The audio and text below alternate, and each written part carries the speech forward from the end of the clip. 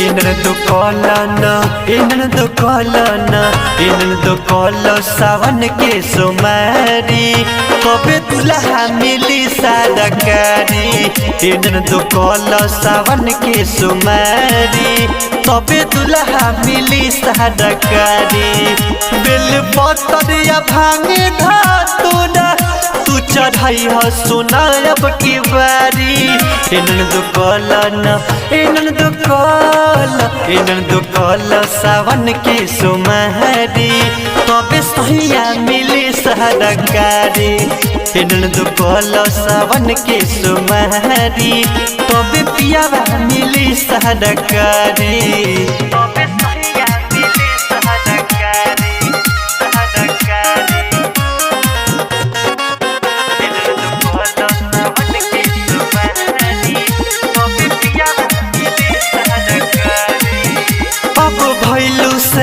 हमर बात अभियो से कलो जाके पूजा पाठ तुहरा पर नजर फेरी भोलेनाथ तुहरा पर नजर फेरी भोलेनाथ अब भैलू से मान लो हमर बात अभियो से कलो जाके पूजा पाठ तुहरा पर नजर फेरी भोलेनाथ तुहरा पकीर पाकरी भोलेनाथ कालो के उकाल कहले सब कहले सुना जटाधारी ಇನ್ನೊಂದು ಕೋಲ सावन के सुमारी कबे सहिया मिली सरकारी ಇನ್ನೊಂದು ಕೋಲ सावन के सुमारी कबे पियावा मिली सरकारी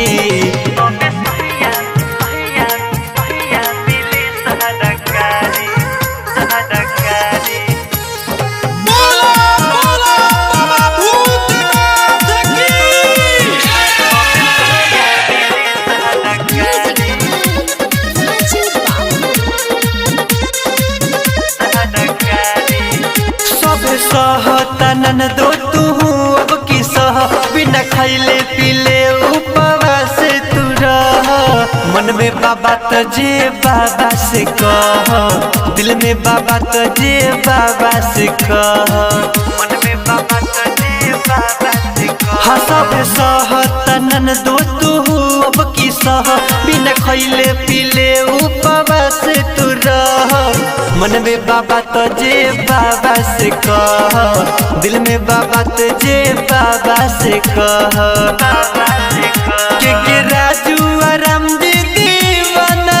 सोया मिली तोरा बिना बिहारी